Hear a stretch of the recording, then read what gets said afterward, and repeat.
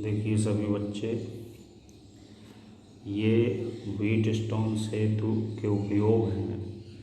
Wheatstone सेतु के सिद्धांत पर आधारित अज्ञात प्रतिरोध ज्ञात करने के लिए दो उपकरण बनाए गए हैं, एक पोस्ट ऑफिस बॉक्स और एक मीटर सेतु। और आपके सिलेबस में मीटर सेतु है, पोस्ट ऑफिस बॉक्स नहीं है। तो मीटर सेतु को इंग्लिश में मीटर ब्रिज बोलते हैं। क्या बोलते हैं? Meter bridge. जैसा मीटर ब्रिज जिस सिद्धांत पे कार्य करता है उसी प्रकार से पोस्ट ऑफिस बॉक्स भी कार्य करता है। ऐसा उपकरण जिसकी सहायता से किसी चालक का प्रतिरोध ज्ञात किया जा सकता है उसे मीटर सेतु कहते हैं। और इसे मीटर सेतु इसलिए सेतु है क्योंकि व्हीटस्टोन सेतु पर आधारित है, और मीटर इसलिए है क्योंकि इसमें यहाँ चित्र देखिए, ये 1 मीटर लंबा तार लगा रहता है, इसलिए इसको मीटर सेतु कहते हैं। सिद्धांत क्या है? मीटर सेतु का सिद्धांत व्हीटस्टोन सेतु पर आधारित है। परपथ की जो समायोजन है यानी कि संरचना बनी हुई वो क्या है?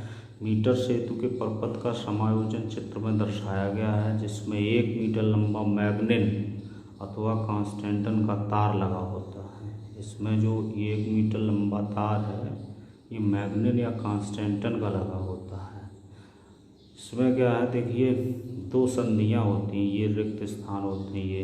तो एक रिक्त स्थान में प्रतिरोध बॉक्स, यहाँ पर प्रतिरोध बॉक्स लगा है, और दूसरे में जिस तार का हमें प्रतिरोध निकालना होता है वो यहाँ पर चालक तार लगाया जाता है। ये तीसरा पॉइंट जो होता है इसमें एक गैल्वेनोमीटर लगाया जाता है, गैल्वेनोमीटर यानी धारा मापी, और उसके ऊपर एक तार लगा दिया जाता है जिसको हम शंट बोलते हैं। शंट यानी कम प्रतिरोध वाला तार, वो शंट कहलाता है।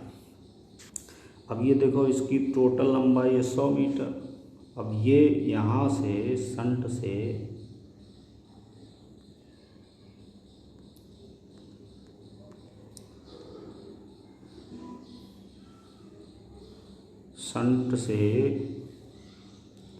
ये इससे जो एक वायर आएगा वो एक जॉकी में लगा होगा।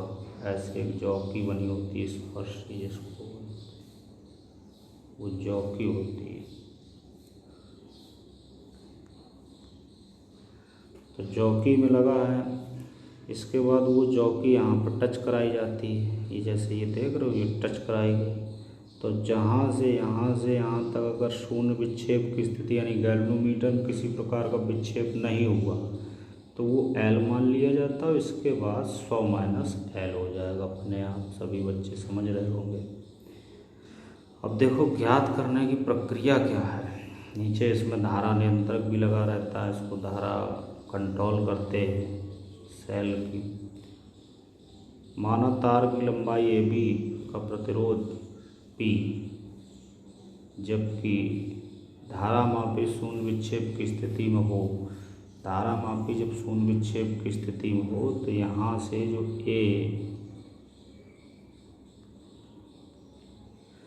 A से B, ये B पॉइंट है, ये वाला, ये B है, ये A है, और इधर C है।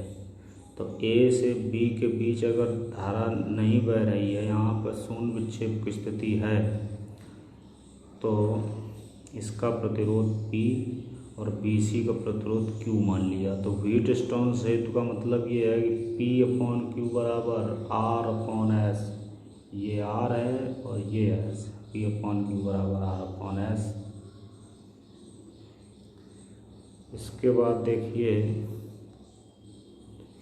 S बराबर प्राप्त हो जाए, चूँकि S हमें ज्ञात करना है, तो R/Q/P। अब चित्रानुसार, चित्र में सभी बच्चे देखेंगे कि तार की लंबाई AB का प्रतिरोध P बराबर लिख सकते हैं।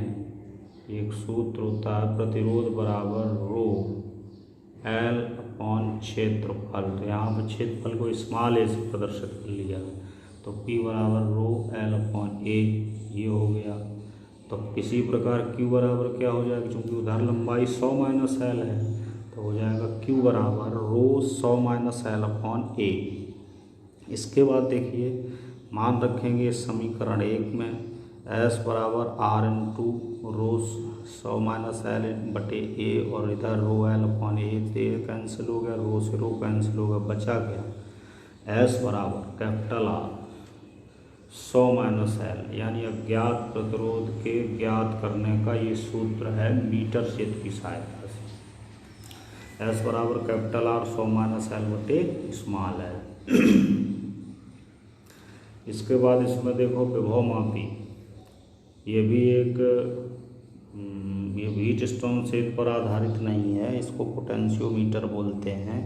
ये एक अलग उपकरण है, वह उपकरण जिससे किसी वैद्युत परपथ के दो बिंदुओं के बीच विभवांतर ज्ञात किया जाता है अथवा किसी सेल का विद्युत वाहक बल ज्ञात किया जा सकता है, उसे विभव मापी नाम ही इसका, विभव मापने वाला यंत्र यानी कि विभव मापी पोटेंशियोमीटर। सिद्धांत क्या है, एक तो सबसे पहले ध्यान रखने कि विभव मापी का जो सिद्धांत है वो शून्य विक्षेप सिद्धांत पर आधारित है। शून्य विक्षेप, जैसे किसी गैल्वेनोमीटर में धारा का मान शून्य हो, शून्य विक्षेप के सिद्धांत पर आधारित है। तो इसके बाद इसमें सिद्धांत में है क्या, विभव मापी की तार की प्रत्येकांक लंबाई में होने वाले विभव पतन को, ये भी एक इम्पॉर्टेंट पॉइंट है, विभव प्रवणता कहते हैं। विभव मापी के तार की प्रत्येकांक लंबाई में होने वाले विभव पतन को तार की विभव प्रवणता कहते हैं। इसे K से प्रदर्शित करते हैं, K से प्रदर्शित करते हैं। यदि तार की लंबाई स्मॉल l में होने वाला विभव पतन V हो, V इसमें लिखा नहीं है, मिसप्रिंट हो गया, V हो, तो तार की विभव प्रवणता K बराबर V अपॉन L हो जाएगी। ये विभव मापी का सिद्धांत, विभव मापी का सिद्धांत किस पर आधारित है, शून्य विक्षेप की स्थिति पर। इसके बाद देखो अगला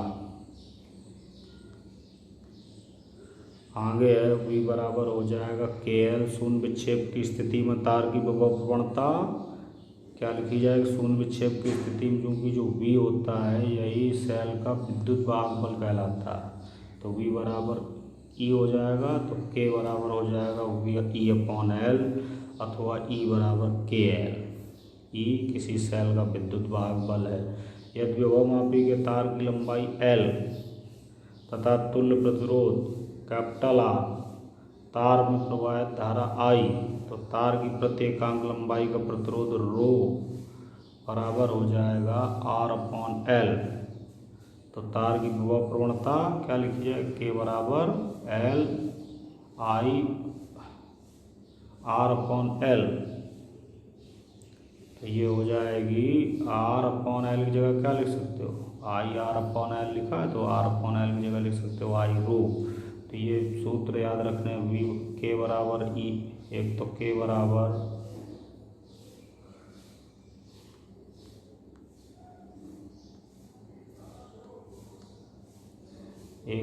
पहला K बराबर V अपॉन L, फिर K बराबर शून्य विक्षेप की स्थिति में E अपॉन L, फिर K बराबर I रो याद रखें, ये एकांक लंबाई का प्रतिरोध है, एकांक तार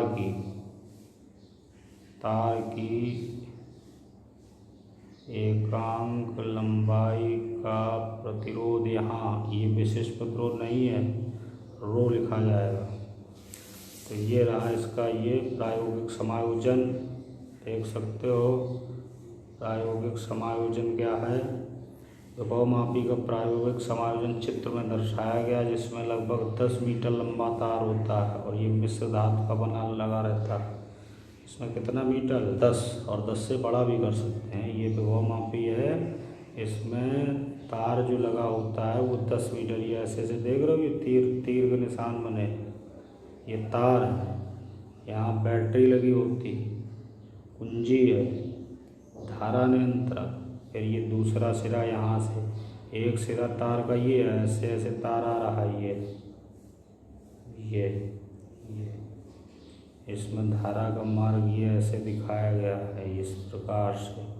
तो ये है, उधर बैटरी लगी है। फिर इसके बाद जिस सेल का विद्युत वाहक पर नापते हैं वो यहाँ लगा है, कुंजी K2 है। एक यहाँ पे धारा मापी लगा होगा, जिसके साथ कौन सा तार, शंट तार कम प्रतिरोध वाला तार।